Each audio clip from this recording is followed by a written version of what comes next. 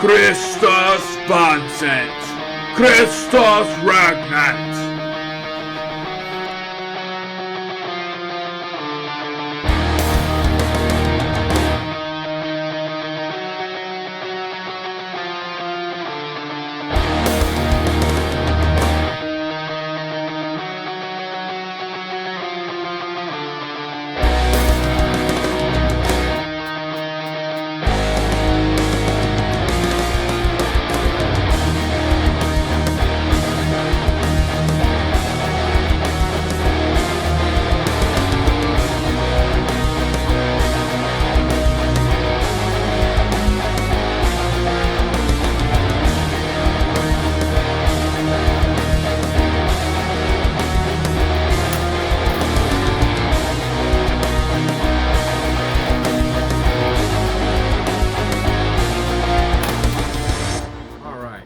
Let's go over some things about this sword.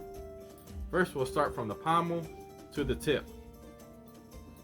Now for the pommel, it's pretty big.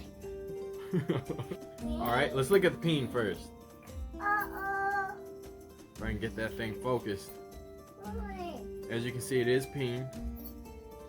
There's a lot of hammer marks in that peen. But it is peened. Alright, so for this pommel, there's 2 coins. There's been 2 coins inserted into the pommel. They're flush. And you also have 3 crosses on each side of the pommel. Now this is a pretty wide pommel. Get a little reference right there. And I like it though. It's a nice big pommel. Good a pommel somewhere with. Well, anyways, that's the pommel. And also, quick note, I don't think this is a steel pommel. I think this is a silver plated pommel. It's probably brass underneath. Yeah, exactly. That's right. That's right, kid. Moving on to the grip, it's sporting a leather.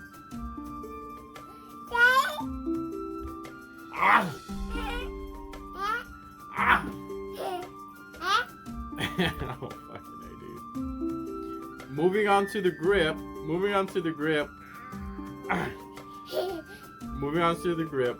It's a leather wrapped grip.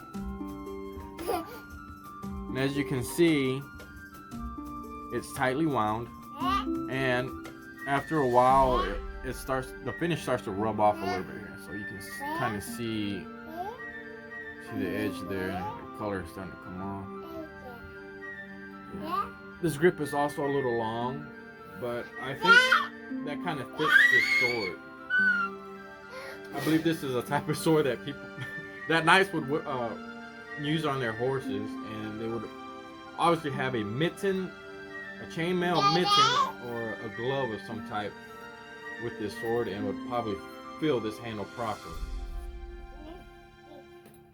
It is pretty comfortable. The grip is pretty comfortable. Now, moving on to the cross guard.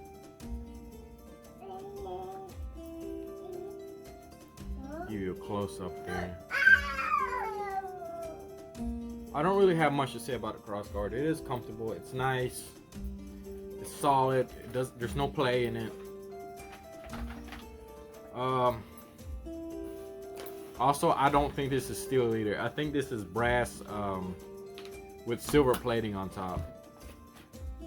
Because a magnet will not stick to it, and when you rub it with a piece of cloth to clean it, the cloth tarnishes. So I believe this is silver plated brass. Alright, down to the blade. As you can see, there is a cross punched out at the base of the blade. I guess some people would hate that, some people will like it. It's starting to grow on me after I etch this blade. It kind of fits. So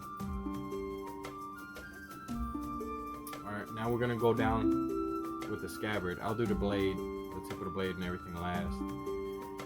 Now, moving down to the leather scabbard. You can see the stitching on this side. There's a stitching right here.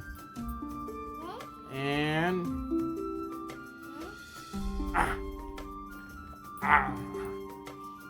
now moving on to the leather scabbard. There's some stitching right here, as you can see. It goes all the way around. But there is no wooden core. I don't think there is a wooden core with this scabbard. But the scabbard is pretty thick and sturdy. Now let's go on down. This is the belt loop right here, isn't it? It has these silver plated fittings here with 2 knights on 1 horse. And then you also have the Crusader crosses here. And then as you go down the belt, there's more of these silver plated fittings.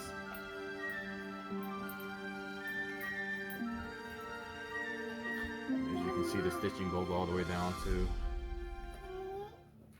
to this scabbard cap. I also believe this is a silver plated cap, probably made out of brass. The belt's okay. I like this belt. I mean, the finish on it, but I think it'll wear good. After it wears in a little bit, I think it'll be good. It's my personal opinion. Now, the blade. Now, this blade doesn't look like this when you get it. I etched this blade because I thought it would look a lot better. Let's get a close up. We'll go from the base of the blade all the way to the tip. Try and get that in focus. Sorry, guys. Careful. Here's the tip of the blade. You see that cross section there? Nice fuller. Flip the blade over. You see that bevel? Nice, good bevel on there. Apparently, this blade comes factory sharp. And it's great. This sword came really sharp out the box. Yeah, I think it's really good.